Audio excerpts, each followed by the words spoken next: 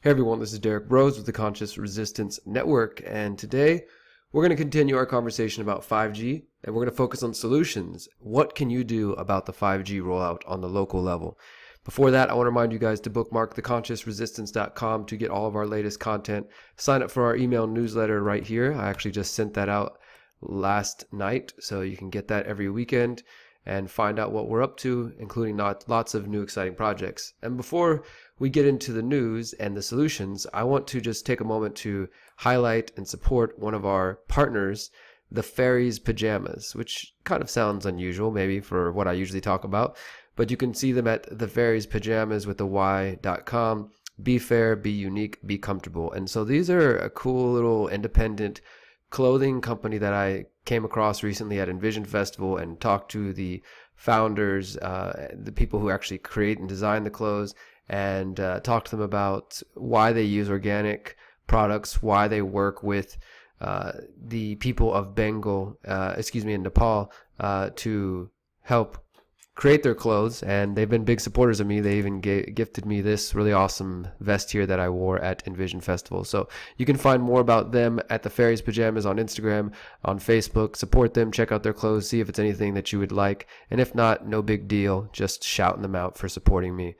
So 5G is in the news. It's everywhere, really. Whether you're talking about the ongoing race to 5G, the new Cold War against Huawei and American companies.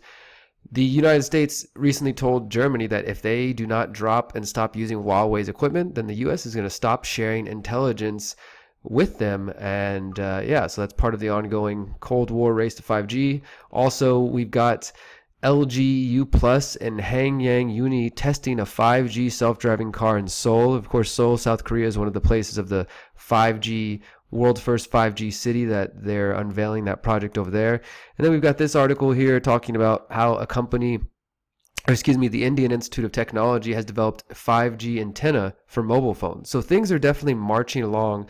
And I wanted to take a moment to stop and ask, what can you do about it locally? Because if you've listened to my work now for the last however many months, 6, 7, 8 months that I've been focused on this issue here in Houston and internationally, you've heard me talk about how in the United States, the FCC, the Federal Communications Commission, passed a rule in September 2018, which basically makes it illegal and difficult, let's say, for localities, states, municipalities to regulate or to intervene or to prevent the 5G rollout, whether that means how much they can charge, where they can locate these towers and small cells, whether or not they can be tested. All of these things, that power was usurped from the hands of the localities and the state governments and given to the federal government and their friends, Big Wireless. So we can't do anything about it federally. I mean, the other thing is Trump has said that he embraces 5G and he's ready for 6G, and the FCC is, it's deeply connected to the big wireless companies and the lawyers. They go back and forth between that industry and the FCC. So the only thing we can really do is to take it on locally. And this is what I'm doing now. I've been involved with the group for the past few months, not so much recently because I've been out of town a lot, but now I'm back home and it's time to get active. And there's also not a lot of time as far as this rollout is taking place. 5G is expected to be in most major cities by the end of 2020, going into 2021. It'll be everywhere by the end of that year, we're hearing, and all over the world by 2030. So Houston specifically, though, is having a mayoral race coming up, and I figured that this is the time to make 5G an issue. Since the mayor of Houston has received the 5G Wireless Champion Award, he's good friends with Verizon. Why not talk about this issue in the city and show people how he is corrupted and how the mayoral position has a lot of power and basically won't listen to the health or privacy concerns. So if you're in Houston, you want to get involved, check out Houstonians Concerned with 5G on Facebook. There's a page, there's a group, and there's also this Thursday night, March 14th, there's a meeting for anybody who may be hearing this in Houston from 6 p.m. to 7:30 p.m. at Midtown Bar and Grill in Montrose near downtown. That's 6 p.m. to 7:30, Midtown Bar and Grill off West Gray. I'll be there with some friends. We're going to be talking about organizing and how we can get involved locally. And now I want to share some of those ideas with you guys as well, talk about some of the things that you guys can do.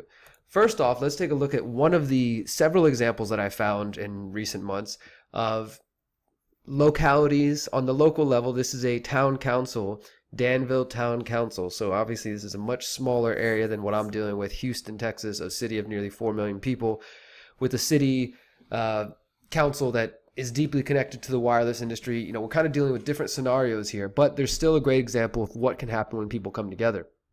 So last week it was reported that Danville Council denied a permit for a hotly debated Verizon cell facility, which you can see in this picture right here. And the Danville Town Council voted 4-1 to deny a land use permit for a Verizon small cell wireless facility. And basically this came after a group. The group is called the Danville Citizens for Responsible Growth, organized over the last 6 to 8 months, going after Verizon's permit for a cell facility, a small cell facility, and trying to attack that way. Now, some people have come through and they expressed their voices and they had their voices heard, and they talked about health concerns, they talked about privacy concerns, they talked about the fact that they think this tower is ugly or that it's too close to schools, it's too close to buildings, and they focused on that aspect. They said that the reason Verizon failed to meet the requirements for a land use permit is because the equipment was going to be within 30 feet of somebody's home, 25 to 30 feet of somebody's home, when it's supposed to be, you know, a couple hundred feet, I think at least 100 feet apart from, away from buildings and things like that. So after fighting for months, they fought first with an appeal back in November, and that led them to where they are now, where the issue got brought up in front of City Council. And most of the people of this town, I think, the people who really feel strongly about this, they took 2 opportunities to come to City Council. They came in the past and showed up at a meeting on October 23rd, I believe. And that was, you know, there was just, I guess, historic numbers of people who attended that. And last week they had another town council meeting where all these people showed up, and I'll show you just a brief clip of this. And as I said, they voted 4-1 against this, which is pretty cool. So let's see what the mayor and some of the city council members have to say about this. So just an out loud discussion. What will we accomplish if we deny this, and we deny it based on that it's not least intrusive? It doesn't meet the intent of our ordinance in terms of minimum setback. It sets a precedence that, you know, we're just not going to be bullied. We've lost local control. We have, please, no. We've lost local control. And this says, you know what, we're sick of this, and we're not going to just sit here and just be bowled over. We say no. We play the cards out. You know, we've been in lawsuits before. We're actually pretty good at it sometimes. If we deny this because it doesn't meet our ordinance of least intrusive, I think we ought to do it. And I think I'm going to second that. And I think we You haven't denied my motion. I don't want to say it's been shoved down our throats, but it has been. We've lost complete local control, or we're losing so much of it. This, if nothing else, just puts us in a position that says, you know what, we're a little tired of this. If you're going to come to the town of Danville, don't make this room full of people that are angry, you know, because our job is to protect the town of Danville. And, you know, we may be spending some money here, and I'm okay with that.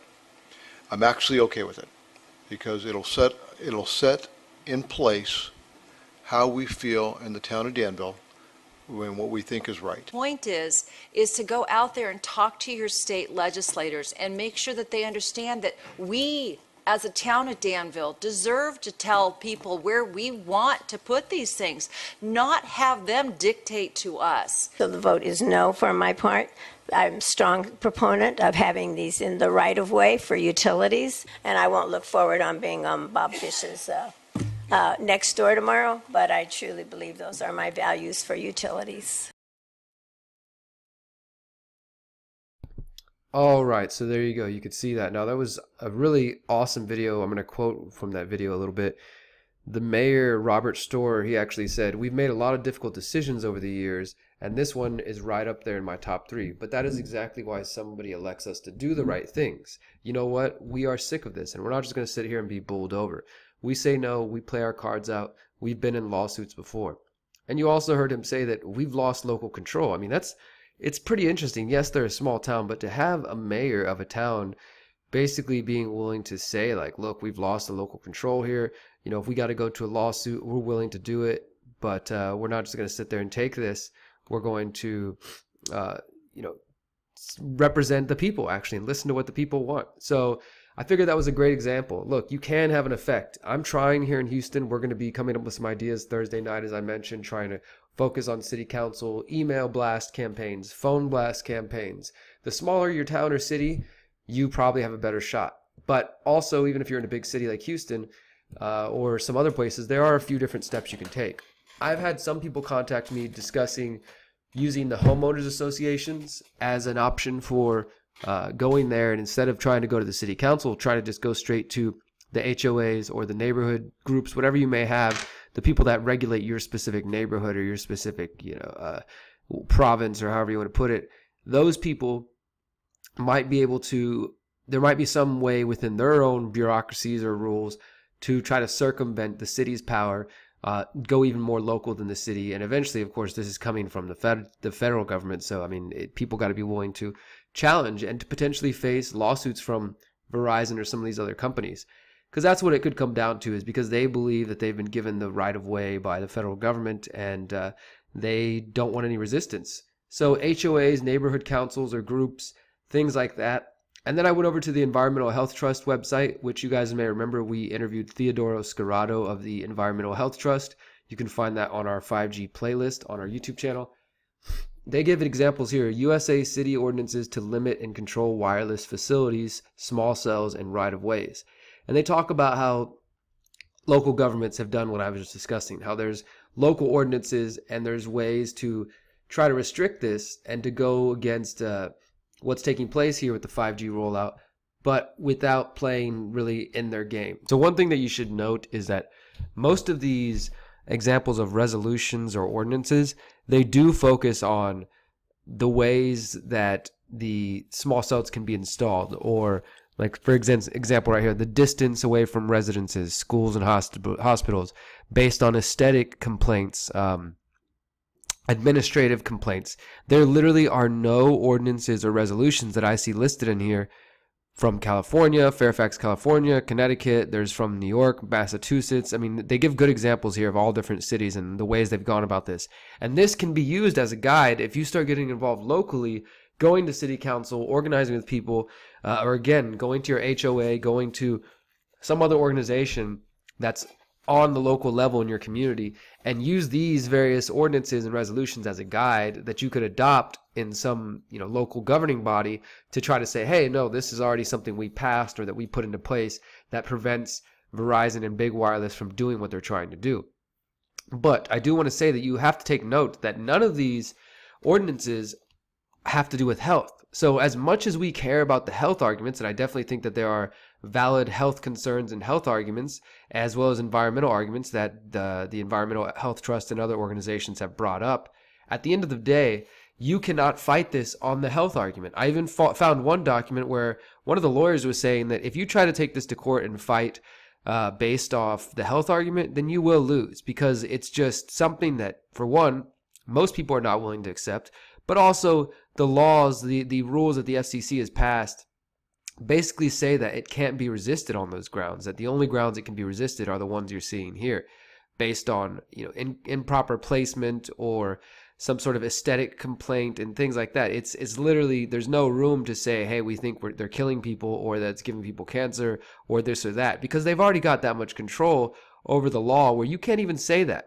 And you can say it if you want, but don't be expected to be taken seriously. And I mean that sincerely, because this is just the way things have panned out recently. One other note I did want to make as far as a way to fight is to think about the county level. And this is going to look different based on which county you're in. I'm here in Harris County, which is the second biggest county in the United States.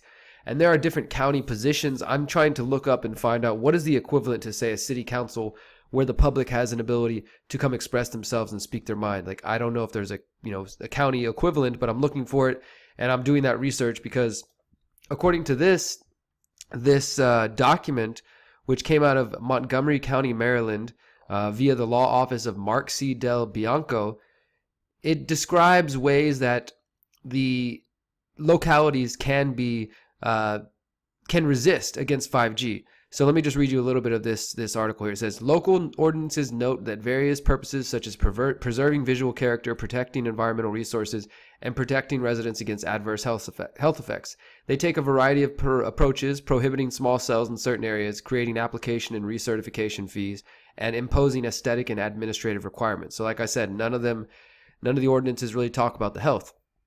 Importantly, federal preemption has been exaggerated. Local governments do have the authority to impose procedural requirements, for example. So despite the FCC ruling, the Environmental Health Trust is saying that we do still have some ways to fight this locally. Please consider these 2 useful documents that again came out of the law office of Mark C. Del Bianco, and which clarify what localities can and cannot do in terms of procedural requirements for companies. So one of these is dated December 2018, summary of proposed small FCC small cell order, and it gives you the language that the FCC issued, right? Then we have this 2018 memo. Federal law does not prohibit the county from imposing stricter procedural requirements on wireless facilities than on other pole attachments. And he goes on to describe this. This is the memo right here from Mark Del Bianco, the lawyer, dated October 17th, 2018. Again, federal law does not prohibit the county from imposing stricter procedural requirements on wireless facilities than on other pole attachments. And I advise you to just read this letter. It's not very long at all, and it kind of breaks down. But essentially what he's comes down to is saying that, look, on the county level, you can still create restrictions and requirements that don't violate this FCC order, and they give you the kind of legalese, the legal backing, and this code says this, and it's all a bunch of bureaucratic nonsense to me. But at the end of the day, if we can use it, then we should use it. You know what I mean? If we can find a way to resist the 5G and on the local level, the city level, even if it comes down to, which I think it needs to start with, honestly, getting out on the streets and passing out flyers. I mean, if you're interested in, get out there, start taking action, because if you're just watching me complain about it on the internet or watching other people complain about it on the internet, then you're not really doing anything. So I advise you to get organized in some way, city level, local level, neighborhood level, county level, whatever you have to do. And another organization, another kind of resource I want to mention is Empower. The Empower movement, Reclaim Your Authority. Of course, they put out a documentary a couple years back that some of you may be familiar with, and some of these folks contacted me as well. They've talked a lot about smart meters, vaccines, and now 5G technology, and basically taking an approach to try to get people organized in a way that gives them the ability to resist this. And what they just talk about, notice of liability, and you can read more about them and their causes and how they work and everything. But I definitely think that there might be something to what they're putting out there. We'll probably do an interview with some of their people soon to promote that. But yeah, check it out, and you can learn more about their notice of liability solution to resisting smart meters, forced vaccinations, and now 5G technology, if that sounds like something you want to get into. And again, consider reading this letter about the county level. Look at the resources listed here by the Environmental Health Trust. Listen to this video from the Danville Town Council and learn from what they did. Read this article as well, and you can come back here. If those of you who are in Houston, check out the Houstonians Concerned with 5G or start your own group. And if you are in Houston, come meet with us Thursday night at Midtown Bar and Grill at 6 p.m. And yeah, I think that's all I have to say today, guys. I just wanted to get that information out to you to help you. Those of you who've been following my work on 5G, or if you just stumbled upon this video, there are actions that you can take locally. Don't be overwhelmed. It is a pretty big battle, but we can actually do something about it. So please keep spreading information, but also take action. Get involved on the neighborhood, local level. 5G is going to come one way or the other, but there may be some holdout cities and towns that are able to resist it for a period of time, and you might as well be a part of that as opposed to just blindly and willingly accepting it. So that's something for you to think about, guys. Until next time, remember, you are powerful, you are beautiful, and you are free, my friends. Peace.